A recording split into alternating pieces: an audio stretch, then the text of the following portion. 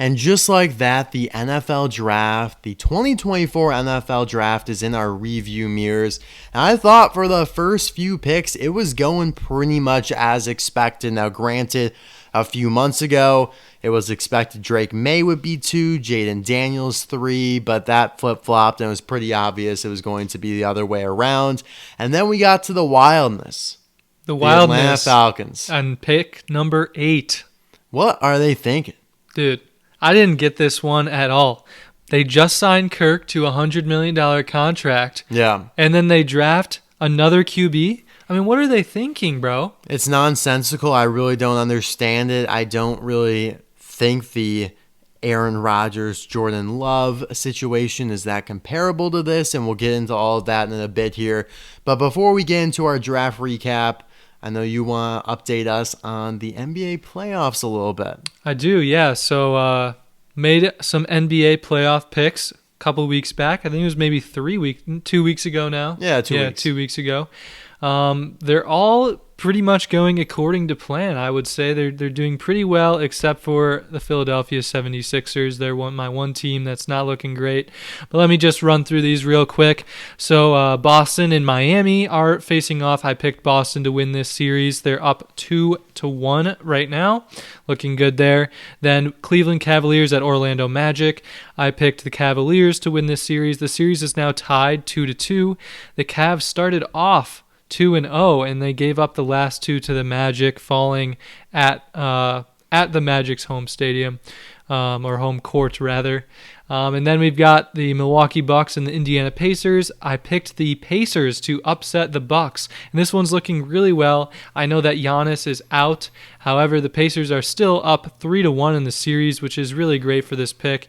One of my best bets a few weeks ago was to bet on the Pacers to win the championship at plus 11,000, and you honestly could take the cash out for that right now. You would already have made a pretty sizable amount. You probably would have made, at least like 3 units. I mean, because they're making it past the first round. That's crazy. When they weren't even expecting it to. I'm surprised that they've come out so strongly against the Bucks here. Yeah, I think a lot of it's due to the Giannis injury, but fair. I wish I had actually placed the bet so I could see exactly how profitable we would have been, what the cash out would be at. But the next game, we've got the Knicks and the 76ers. And right now the 76ers are losing the series 3-1, and they're who I picked to win. However, I don't really think this is a true representation of this series because the 76ers have blown a couple really close games. The Knicks have just barely edged them out. This game or this series should not be 3-1 in my opinion, but anyways, I'm still going to keep my pick at the 76ers.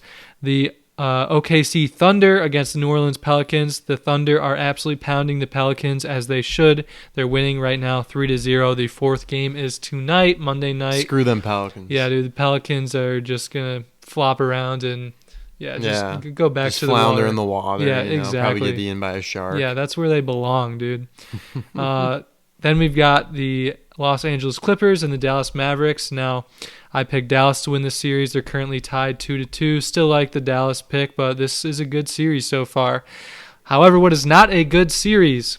The Minnesota Timberwolves and the Phoenix Suns, the only series to have ended already. I did pick the Minnesota Timberwolves to win this series, and they did so. 4-0, an absolute clean sweep. The Suns did not look great out there. The Suns have been bad. Yeah, Devin Booker really played well for most of it, but other than that, their team just could not pull together a win, and Anthony Edwards is just too good to be stopped. Then lastly, we've got the Denver Nuggets and the Los Angeles Lakers. Picked Denver to win this series, and they are currently winning 3-1. I think they went up 3-0 here, and the Lakers won the most recent game. But still like Denver for this. They should, easily be able to get that fourth win. And yeah, so for the most part, the picks are going according to schedule, and I'll be making some round 2 picks and predictions as well next week. Yeah, good stuff. I do think that the Mavericks will pull it off against the Clippers. Crazy that the Suns just got swept like that. It's pretty embarrassing considering everything they have going on. They've got a good team, bro. They've got Kevin Durant, Devin Booker. To me, it just seems like they have no bench talent. They just kind of sold their soul for the big three. Yep. But yeah, the Knicks, from what I've been hearing, just are big dog, and the 76ers just being more physical with them. So yeah, Joel Embiid just not been enough I to know. get past Yeah, the Jalen Knicks Brunson there. threw up like 47 in a Yeah, game the right. other day. I mean, I don't like Jalen Brunson very much. I never thought that he was quite as talented as other people believe, but I mean, evidently he is, putting on a show in the playoffs here. I just really feel like the 76ers can get this done. Yeah, I mean, it'd be quite the epic comeback at It this would point. be. Yeah. I'll talk about that later as one of my best bets. It's an absolute long shot bet, though. Might get you some good units, though. Yeah, that is true. Not as good as the plus 11,000 Pacers to That win was a good one. Yeah, the I'm NBA really Finals. surprised that they've, really come out and just slapped around the Bucks. But It's all the about that Giannis Giannis injury. yeah, I mean, think that's it's huge. it's also just Huge. like a mental thing for them too. Like they think like, all right, like the Bucks' best player is out. Like Yeah, we've got we should be winning now. right, and they should be, and like they have been. Like they Yeah. they just that motivated them to get the job done. Yeah, they should be able to close out that series from here on out. Right? Yeah, I agree. But let's get into our NFL 2024 draft recap. It was pretty exciting. I tried to go out to get some food right when the draft was going on. I wanted to watch it. Mm-hmm. And we go to Buffalo Wild Wings, right? 30-minute wait, okay? And we were hungry, so not waiting around for that. But we were in there, like, trying to get the table as the Bears made the Roma Dunze pick. The place erupted. Wow. God, people were going People were absolutely pumped? bonkers. Yeah, people were clapping and cheering and screaming. I was like, well, who's going to protect Caleb? Like, I was a little bit more apprehensive about that pick, and we'll get to that. But, yeah, it's a cool, fun little night. Once you get past the first night, no one really cares anymore. I'm not very interested. I don't know half the players. Right. We'll know the ones that succeed. I mean, that's just the way I look at it. But Yeah. the first few picks went exactly according to plan. Caleb Williams to the Bears, Jaden Daniels to the Commanders, Drake May to the Patriots, who, I think those last two are going to far worse situations than Caleb to the Bears. Caleb's very fortunate. They have DJ Moore. I mean, we could just go down the list. Cole Kmet, DeAndre Swift. Pretty good defense from last year that got better as the year went on. Of course, they drafted Roma Dunze, Bron Keenan Allen, so he should be feeling really good. Jaden Daniels, Drake May especially, really have scraps to work with. I mean, Drake Indeed. May, man, I feel bad. He is not set up for anything but failure, in my opinion, at least for the first year and then some. Yeah, I mean, it just it's feels about as bad as the whole Bryce Young situation in Oh, Carolina. God, yeah. And even he had at least Adam Thielen to throw to for Right. a good bit. I mean, Drake May doesn't have anyone. Yeah, I have no idea how this is going to work out. First year head coach. Who's he throwing to? It's like we thought Mac Jones was going to a not great situation. He ended up failing.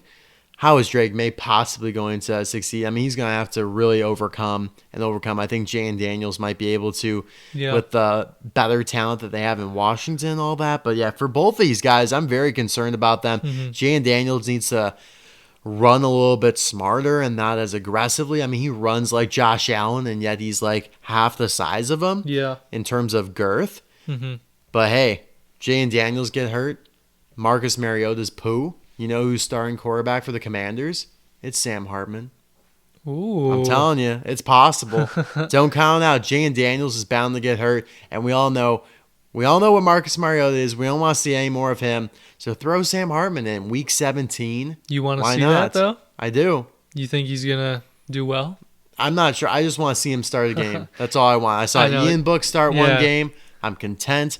I just need to see Sam Hartman start one game. Yeah, now. I was about to say, I remember when Ian Book went into that game for the Saints. Like, no one Against thought the that. Dolphins. Yeah, no one thought that like Ian was actually going to start No. a game because he was like a third or fourth string, and we're Yeah, like, we but gotta they were have so dealing with many a lot of injuries. injuries that time of year. And so I remember like watching that. I think it was a Thursday night football game, maybe. Yeah, I think it was. And It was so- later in the year. The Dolphins were starting to get a Yeah. little hot. Tua was playing better. I was looking forward to watching it, and Yeah, then Ian no. just absolutely Yeah, sucked. I think he and was like probably 12 for 27, like 100 and He threw some picks, too. yards, 2 picks. Yeah, Yeah. maybe. No touchdowns, unfortunately. I do think he had like a 30 or 40 yard completion, though, up against the sideline to Rashid Shaheed. I think so. Could be wrong on that. Mm-hmm. Gonna have to go back because always want to test my memory. But moving right along here, Arizona takes Marvin Harrison Jr. expectedly. We knew they were going to do this after moving on from Hollywood Brown. Really like that the Chargers took Joe Alt here. They didn't trade the pick, get J.J. McCarthy, anything stupid like that. They went with a very safe offensive tackle here. Not going to fail. I mean, it's a surefire bet, in my opinion. Joe Alt will be great. Justin Herbert needs somebody to be a little bit more protected here. Although, receiver-wise, they're looking a little light. Yeah, dude. But, yeah, the Giants definitely addressed that concern with Malik Neighbors here. They had to go this way. You know, my boss at work is a big Giants fan, and he thought they would go quarterback, and I told him beforehand they were not going to do that. They're going to take a wide receiver here. Sure enough, they did. They just had to. It's because they already paid Daniel Jones, yeah, they right? got to give him another chance. I mean, he got injured last year. I mean, he didn't play great. I think he had a pretty good game against that Cardinals team last year. But other than that, yeah, he wasn't great. However, he was hurt. So I think they got to give him another opportunity here, though. Could totally see them getting a quarterback next year. Right. You know, it just kind of smells like that. Although, who knows? Daniel Jones could come out here and impress us. But I think he would have to do really, really well to stay the starting quarterback. Otherwise, he'll probably get traded and maybe find an opportunity somewhere else, or he'll just be a backup for the rest of his life. Right, yeah. I mean, and depending on options. Yeah, and who, you know, whatever the Giants like draft pick is next year, it's quite possible that they could snag a better QB. Oh, for sure. Although, yeah, it'll be interesting to see who will be going into the draft next year. Minnesota here trades. Well, actually, no, that was I'm looking at our predictions because it was the same pretty much up until this point. And even, so, yeah. It even still was correct because we sneakily said Minnesota was going to trade with Tennessee to get J.J. McCarthy.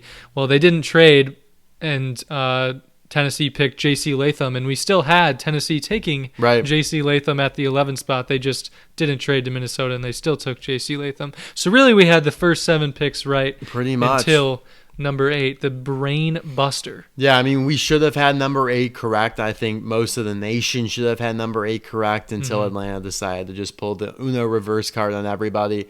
So let's just go through this. As I've said in the past, I like Michael Penix Jr. I think he should have won the Heisman Trophy over Jaden Daniels. I think he's really solid. I don't think injuries should be too much of a concern because he's gone a while without having an injury.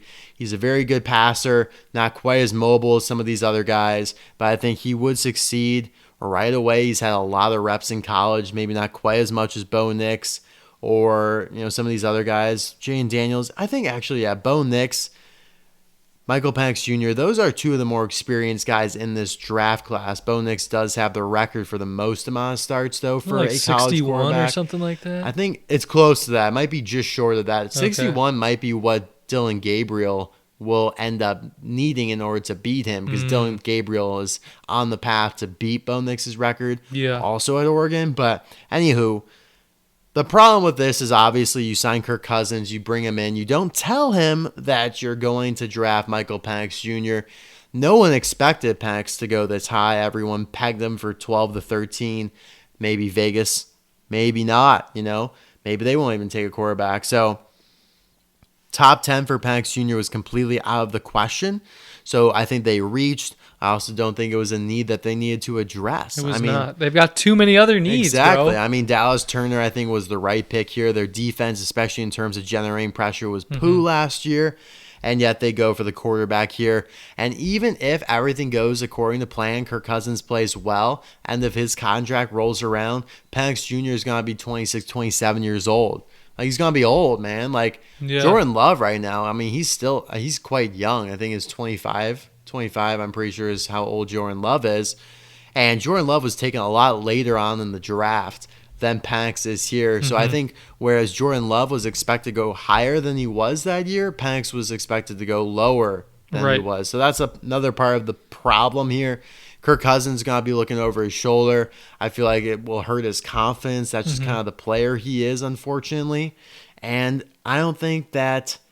Yeah, I just don't think you throw Penix Jr. in there with the weapons they have. I'm not sure that he will be set for success. I think Kirk would be a lot more prone for success in this situation just because he's more experienced. Right. I don't know. The whole situation's messy. I think they really screwed this one up. Yeah, no, I'm with you. It feels just too early. Like they just wasted too high of a pick on a player that is like, was this like an investment for like 5 years down the line? It makes no sense. I mean, you could have these guys could be fired before that even comes to exactly. fruition. I mean, there could be a QB 2 years from now when Kirk's got 2 years left on his contract that he could help train him up, and this QB could maybe be taken in the second round. I mean, you wasted a top 10 pick on this guy for 5 years down the line who probably won't even start now. Like, exactly. I don't like I mean, it's just a complete waste of misallocation of your resources here. And if you were going to take a quarterback, if you wanted someone that badly this year, you could have taken Spencer Rattler later. You could have taken some of these other guys. Jordan Travis, Michael Pratt, Sam Hartman, all these guys were available. They didn't go until at least the 5th round. You know, Sam Hartman went undrafted. So just a complete misfire in my opinion, but who knows? Maybe it'll work out. But even if it does, I think best case scenario is they both, like Kirk Cousins does well and then eventually Penix does well. But when that time comes, you're going to have to pay Michael Penix Jr. and he won't have much on his resume yet. So it's just messed up. Indeed it is. Messed up pick. No, doesn't make any sense to me whatsoever. Yeah, I'm right there with you, man. It's just I saw like this video saying it was like someone was yelling at like the general manager or like on Atlanta. Did you see anything about this? It was like or maybe like the general manager was yelling at someone in the draft room. They were like upset about this pick. Like, did you see anything about this? Yeah, no, the general manager had to explain to Arthur Blank, the owner of the Falcons, why he made that pick. That's what it was. And that's when you just know like you made a mistake. When you have to, like, you didn't discuss this prior to the draft, and now you're having to explain it to your boss, the owner of the team, like what you're doing, because he's probably like, what the hell did you just do? You just tanked our franchise. It's almost like if you're going to draft a quarterback, like make it be J.J. McCarthy, some guy who will sit, like who needs to sit. Like J.J. McCarthy needs to sit for a little bit. Penix not really, but even J.J. would have been goofy to go this high. So, I mean, whatever. For sure. I mean, we could go on and on about it. I think it was a mistake. Everyone seems to be in agreement. I like Penix Jr. Nothing against him. He's a good guy. I think he's a good quarterback. I think he will succeed. But the circumstances around it is what makes it so surprising. Yeah, I've got one last thing to say on the topic there. I crafted this parlay when we created our like division winners podcast. It was like the 8-leg parlay of who's going to win all 8 divisions. And I took the friggin' Falcons, bro. See, my parlay is going to lose because the Falcons aren't winning their division now. Well, that's the thing, though. That's why it's also so egregious, because that division is so weak. It's so wide open. I mean, the Bucs won at 9-8. The Falcons were right there, 7-10. And so were the Saints. Yeah, they were 9-8 as well. So to me, it's like it could come down to a couple players because it's that close. I mean, some of those games were close. The Falcons could have beat the Bucs one time, you know, vice versa, whatever it may be. It could come down to that again. The Bucs, I don't think, are going to be world beaters. I actually do think the Saints should win the division pretty easily this year.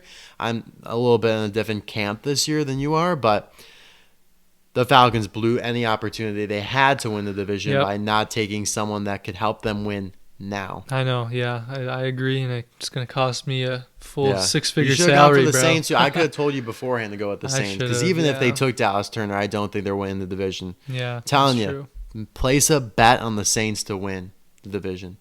I feel really good about it this year, really good. I'm going to have to do that. But next up here, Chicago takes Rome Odunze, receiver from Washington. I think it's a solid pick.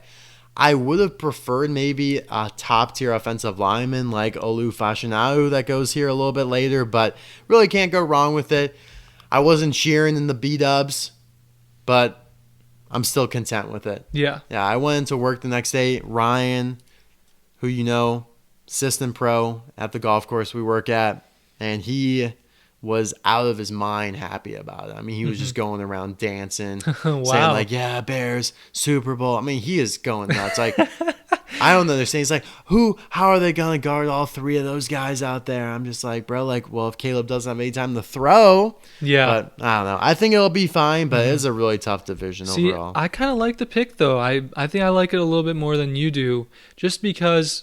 So they've got Keenan Allen, who's an absolute veteran, okay? Yeah, he's a little older. He's getting close to, he's gonna retire soon. I mean, he's like Yeah. 32 or something like that, or 30, or I don't know. He's getting up there. 33, I believe. Okay. I mean, yeah, he's an older guy for sure, but he did come off a fantastic year. Yeah, no, I'm not doubting his abilities. I'm just saying that I don't think he's going to be in the league much longer. But so they've got a much older receiver, a veteran in Keenan Allen. They've got DJ Moore, who's got a couple years of experience under his belt now. Yeah. And then they've got Rome Odunze here, who's an absolute rookie. Yeah. And it's like they've got great picks for all three of them, and I Right. feel like it's just a great like amalgam of guys for them to grow together, and Yeah. like it'll be like a nice training ground almost for Rome, and just Right. potential to build for the team in the future. Yeah, I you like do that. have like every tier of experience. Yeah, You have the veteran, exactly. kind of the mid-range guy, and now the rookie. So Yeah. it's interesting. Should be good, but I just hope that they don't have any O-line issues. Yeah.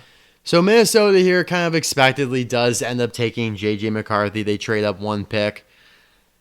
I really just hope he sits a little bit, but who he's sitting behind will be Sam Darnold. Like, not my first choice if I like were to choose Right. who to sit behind and learn and grow, but like it just seemed like it was going to go this way. He's a good leader. I like him. I hope he succeeds, but he is definitely not ready yet. You throw him in there. And my issue with this is like how much longer will Justin Jefferson put up with this bullshit? I mean, last year, Nick Mullins, Jaron Hall. yeah, Jaron Hall, whatever his name is, BYU. That's who's throwing him the ball, and Justin Jefferson views himself as, and he should. I mean, he's like the best receiver in the league. He wants to be somewhere where he can win, kind of like Devontae Adams a couple years ago. He made a pretty poor choice, but Tyreek Hill. Everyone kind of ends up going where the money is, but I think there could be some issues here, especially early on. If Justin Jefferson's not seeing a future with either of these guys, I mean, Darnold, J.J. McCarthy, and they're in a really tough division, so they could finish like 7-10 and still be last in the division, or they could still be like pretty solid and competitive and only have 5 wins. I mean, that's just the way it's looking for the Vikings here, and I am a little concerned about how that's all going to play out. I just hope that J.J. is a little bit further along than we all think, or at least than I think.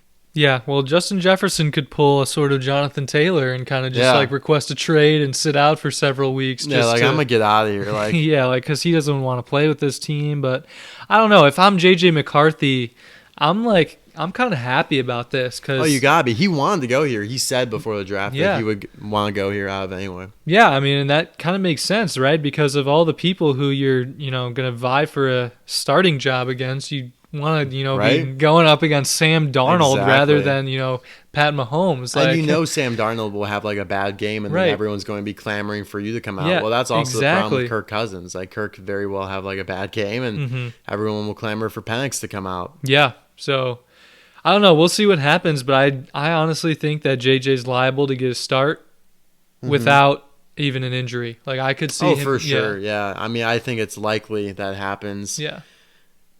Few games in, 5, 6 games. I just hope they give him a little more time to sit and learn, even though, again, I don't know if I want to be learning from Sam Darnold, who's this now his 4th team.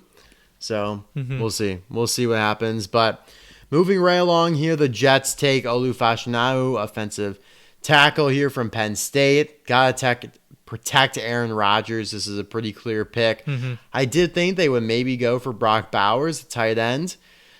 I think it would have been a nice fit, would have been more sexy, would have been the sexier pick, more exciting to have Aaron Rodgers thrown to a star tight end now. But at the end of the day, you kind of got to take this one, after what happened, that injury last year for Aaron Rodgers. You got to protect him first and foremost. Yeah, I mean, he's like the oldest QB in the league now at this point, so it kind of was a necessity. They need to prioritize his health over other receivers. I mean, they weren't in a situation as bad as like the Giants or the Patriots where they didn't have anyone to throw to. They at least have Garrett Wilson. Yeah, they're still going to have weapons. But right. Yeah, so they didn't need Brock Bowers as much as they needed an O-lineman, and even though Brock would have been the sexy pick, like that would have been cool. Yeah. I would have really liked that. Yeah. Olu was the way to go. For sure. Bo Nix here, quarterback out of Oregon. We had this one pegged for a while now, going to Denver. Just He fits the system with Sean Payton, and we all knew that Zach Wilson wasn't brought in to be the starter there, Absolutely at least permanently. Now, Vegas takes Brock Bowers, which is a little surprising to me. Not only I'm a little surprised Brock Bowers fell this low. I don't think too many people had him going all the way to pick 13. But they just took Michael Mayer out of Notre Dame last year. He was a really solid tight end. They just didn't use him much. Now they're going to have 2. So a little overkill. I don't know. I think at this point they just took best player available. And it's also just, it's very interesting. They're seemingly supporting Gardner Minshew to the fullest extent here as their starter because they didn't bring in anyone from the draft to compete with him. Really surprised they didn't take Spencer Rattler. Really surprised they didn't take some of those other quarterback options, maybe even Sam Hartman, right? I mean, they had a couple picks late. They could have done that. They decided not to. They're like, we're going to believe in our guy Gardner Minshew here. Yeah. And I like Gardner a lot. So, I mean, good for him. And now he's looking really good with these 2 tight ends who I think could be starters on any team, most teams out there. I mean, it's hard to find a really star tight end. Yeah, I mean, it's definitely a good pick. I just don't know that I like the 2 tight end dynamic for Vegas when I just feel like I don't know. I feel like they had other needs for sure. They do. I mean, they've got a lot of people to throw the ball to. I just don't. I mean, Gardner's fine. I just don't trust him as much throwing the ball to all these guys now. I don't think he's a long-term solution here in Vegas. He absolutely is not. No, I think they should have brought in a younger quarterback here to develop. I know they have Aiden O'Connell as well. I don't like Aiden. I don't know.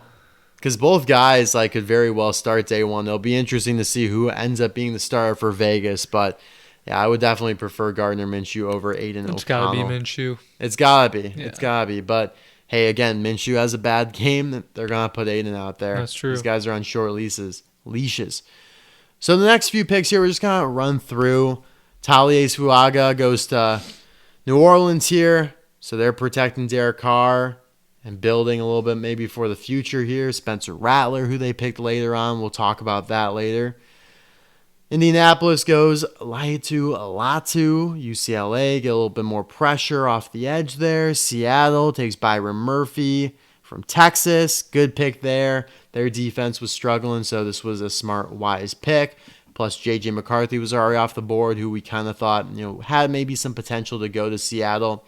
You have Dallas Turner going to Minnesota here. They traded up again to get Dallas Turner. I think this is a really good pick. I think Dallas Turner fell a lot more than people were expecting. He did. He was getting angry at the draft. Angry? He was getting a little upset. Like, he was just sitting there. He was expecting to go 9 picks earlier. Every single name that gets called, he's just he's getting a little... Yeah, I'm sure his girlfriend probably ditched him for Byron Murphy, and it's all the Falcons' fault. Really, it really is. But no, this is a good pick by them because I think he's really solid. He's got some off the field stuff going on, but I think this was a good pick there.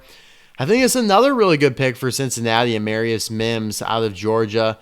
This feels like what they needed to do a few years ago. Everyone thought they were going to take Penei Sewell, the offensive lineman out of Oregon. They ended up going Jamar Chase. And we all know that worked out well, but I think a major reason why they didn't win the Super Bowl that year is because their offensive line was pretty bad. Yep. So now they kind of sure it up with a big star here. I really like this pick. And it's not like their offensive line was horrible last year, but again, Burrow, Rodgers, some of these guys, they just need to be protected for them to be successful. And I think that's first and foremost with them. They can elevate some weapons, some maybe not great guys. I think they took a receiver later on. I'm struggling to remember. Oh, they took Tremaine Burton out of Alabama. So they took another Alabama. Or no, this is not Alabama. This is Georgia. Another SEC guy. They took a lot of SEC players, which is interesting. SEC always kind of regarded as the best conference in college football. Michigan, though, had the most amount of players taken out of any school in this draft. Rams take Jared Verse here. This is interesting, kind of like a replacement for Aaron Donald maybe after his retirement. Troy Fontanu, Washington, so he goes to Pittsburgh. Again, we had them taking an offensive lineman pretty much in all of our mock drafts. Just previously, we had Amarius Mims going, falling a little bit and going to Pittsburgh here. Miami taking Chop Robinson, the edge rusher out of Penn State. So, we had him pegged one pick later to Philadelphia. We had Miami actually going for a cornerback here. So they actually just flipped because then the Eagles took the cornerback Quinyon Mitchell out of Toledo. So, yeah, shoring up that defense, I think these are all really solid picks. Can't really go wrong with anything here when both of these teams had defensive needs in the secondary and up against, the defensive line there. I think one of the best value plays here was Jacksonville taking Brian Thomas Jr. out of LSU. I think he's a really solid receiver. They needed one after shipping away Calvin Ridley. They did bring in Gabe Davis, but I think they're definitely going to need someone else here like Brian Thomas Jr. So it's really solid for Trevor Lawrence. He should be very content with this pick. Yeah, now he's got some solid people. Well, I guess he had solid people to throw the ball to, but after losing some in the offseason, now he needed some extra ones. This is a great rookie who's going to do well this year. Yeah, I think so. I really do, even though he was playing up against or with Malik Neighbors, who was really solid. It might have elevated his game a little bit. I think it definitely did. Still think he's really solid. Yeah. Detroit takes Terrion Arnold. I think they traded up for this one. Yeah, they must have because Green the Bay Cowboys. finished worse. Yeah, exactly. They did. Good pick. Again, I feel like you can't go wrong taking someone from Alabama or Georgia. More often than not, those players work out. They have a good work ethic. They were coached up well. SEC, tough kids. So I like that. Green Bay takes Jordan Morgan. Arizona, again, just trying to protect Jordan Love. I think they could have probably used a defensive player, though, but oh well. Tampa Bay goes for Graham Barton, the center out of Duke. And we had them taking a different center, Jackson Powers Johnson, so that was a little surprising. But it was strategic that we were able to snipe that Tampa is going to snag a center here. They needed to after Ryan Jensen retired. They needed to. Then we have Darius Robinson going to Arizona. Again, Arizona had a really strong draft, I thought. They addressed the wide receiver need and then progressed on to the defensive side of the ball. Yeah. Buffalo.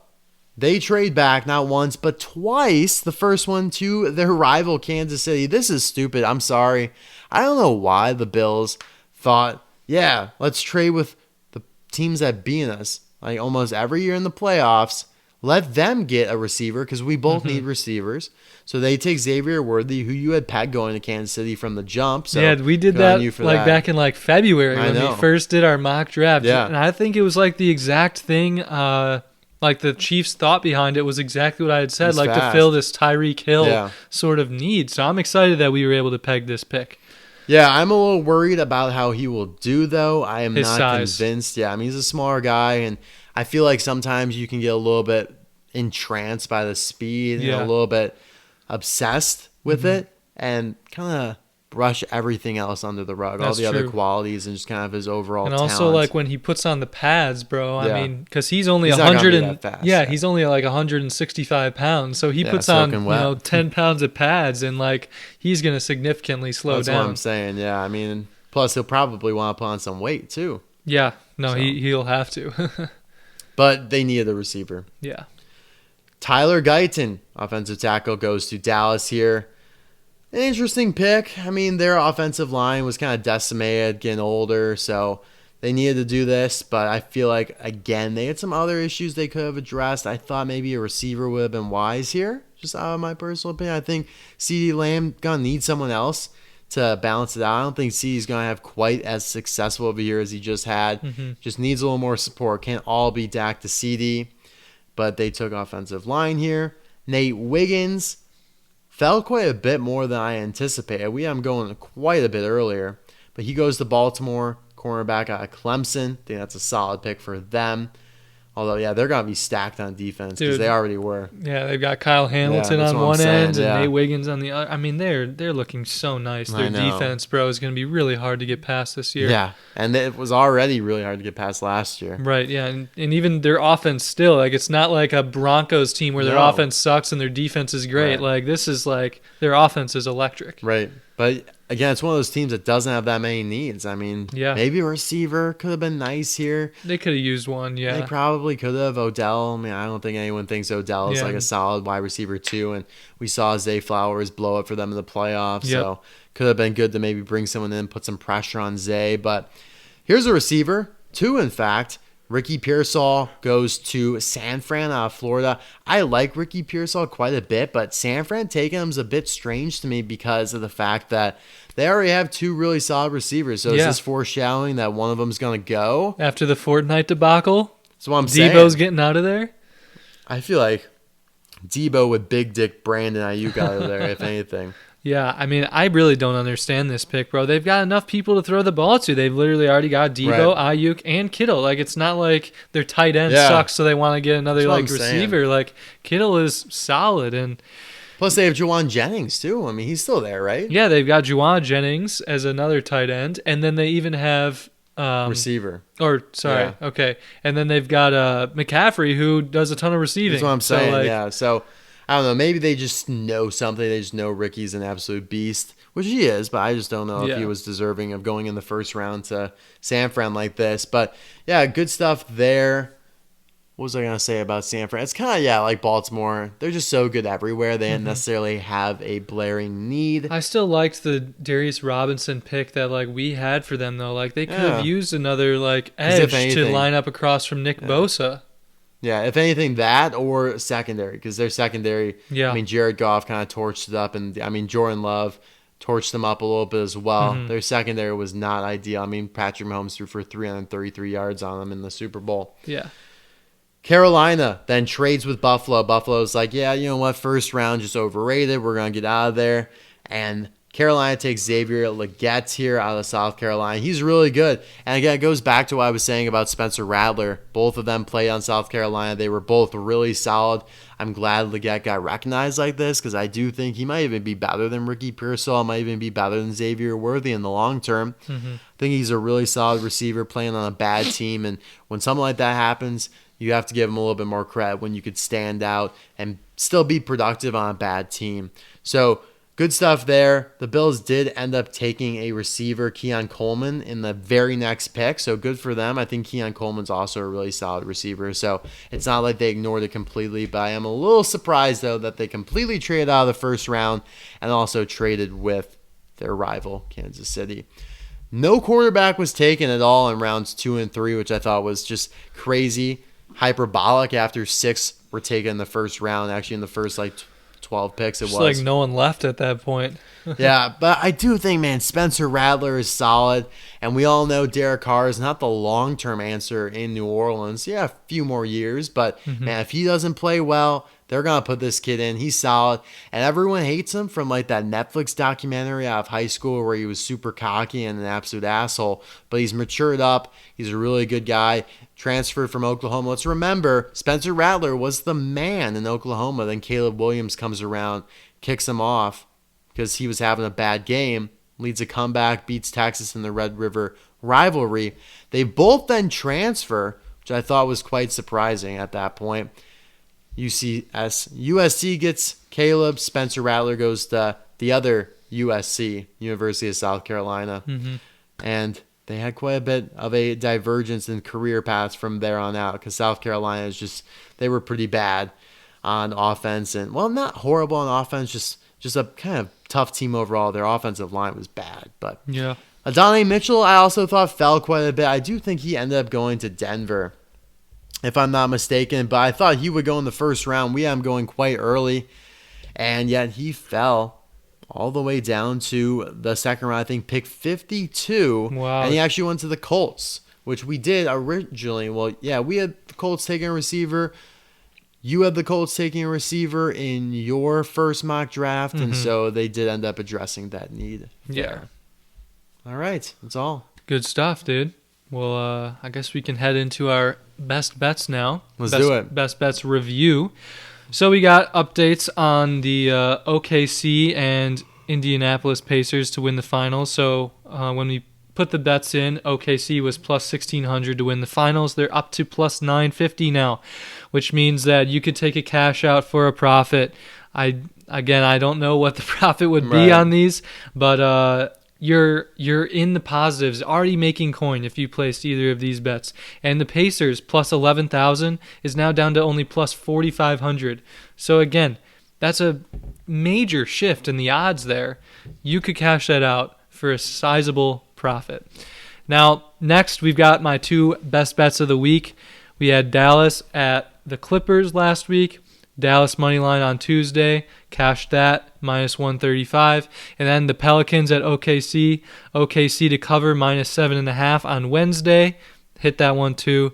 I mean, these are just kind of my teams at this point, just like always rooting for Dallas, rooting for OKC, and they just come in clutch for me when we need them. Yeah, no, for sure. Taking care of business, bro. You've been on fire with all of the NBA bets as of late. Thank you. I appreciate that. We want to go through some of the baseball ones. You kind of got stroked out after your pitcher. Yeah, Blake Snell went on the IL, so he wasn't able to make his start on Wednesday against the Mets. So that should not even be tracked in the record. That should just be scratched.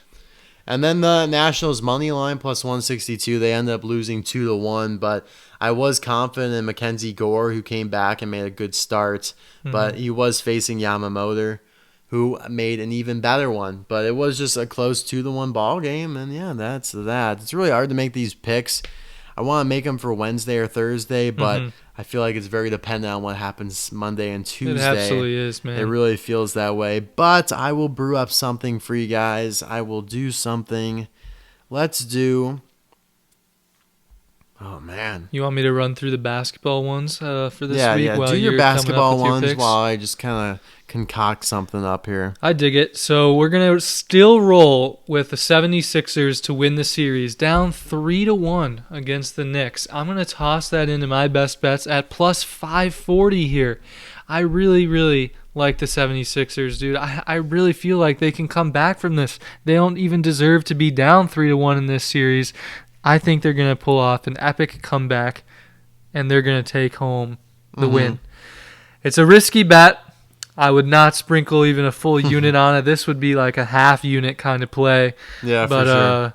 But plus 540, it's got to be not a full unit. But we'll see what happens with that one. I think they face the Knicks tonight, see if they can bring it to 3-2 in the series. But yeah, we're going to roll with that. Next, we've got on Wednesday, so this is being recorded on Monday, and the Celtics and the Heat play tonight. However, I'm going to bet the Wednesday game for you guys, Miami money line on Wednesday against the Celtics. So I think that the Celtics are going to win tonight. They're going to make the series 3-2. Celtics will beat Miami at home tonight. Or no, sorry. The Celtics are going to make the series 3-1 by beating Miami at home tonight. And then they're going to go back to Boston, and they're going to lose to Miami on Wednesday. Now, I don't know the exact numbers on this, but the Celtics are something like, I'm just going to guess here and say maybe like 3-10 in the playoffs at home in their last like 13 games. Like some wacky number like that. Like they have a tendency to lose at home. And I would honestly consider the Heat to be a sizable rival to the Celtics based on last year, and the Heat just kind of pounded them in the playoffs. They went up 3 games, and then the Celtics came back. But just the Heat ended up taking down this 1 seed last year, and that kind of angered the Celtics.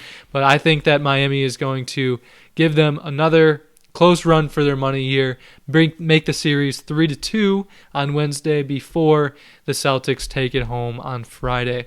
And then my last best bet of the week, Dallas Mavericks at the Los Angeles Clippers. I'm going to take Dallas minus 2.5 on Wednesday at minus 110.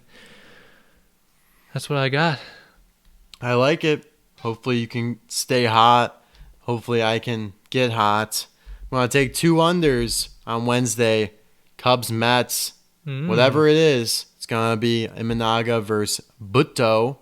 Pitching, pretty solid pitchers there. Cleveland, Houston, Tristan McKenzie versus Justin Verlander. I'll take the under there. And I'm going to take a nerfy no runs first inning for Kansas City, Toronto. Lugo versus Bissett. I don't know what the odds are on any of that, but I'm going to take it anyways. So are your unders motivated by like the pitchers are really solid, and so you think they're going to have like not let up many hits, and so you think like for the they're going to be low scoring? Cubs Mets game, like I look for matchups where the pitchers are both really solid. Also might be a little cold up in New York. Probably not super cold. Houston will be obviously plenty warm, but I think Tristan McKenzie right now is a little undervalued. I think he's a really solid pitcher, but coming off of an injury, having some rough outings, not great outings. I think he's a little undervalued right now. So the over-under is not as sharp as it would be maybe as for pair of pitchers that have been, pitching lights out lately. So Yeah. that's where my head's at with that. Good stuff there, dude. I like those bets, and I'm feeling that you're about to get hot. I'm liking those. Hopefully. Very excited about it. Hopefully I can bounce back after last week. But that's all we have for you guys. Really appreciate you tuning in to this episode of the Sideline Sorcerers. Papa Bear has some fan mail. That's right. Oh my God, I'm sorry. He says, NFL draft is over. I knew the Chargers would draft Joe Alt. You did know that. He did say that, back in February. He said Joe Alt likes that, offensive line. Jim Harbaugh likes the offensive lineman. Yeah. Yes. What did I say? Joe Alt. Joe Alt likes the offensive lineman. He sure does. Joe Alt. No, that's a factual statement still, too. Yeah. My dad was surprised that the Bears took a punter in the 4th round. How do you feel about that pick? I like it. I think he's a good punter.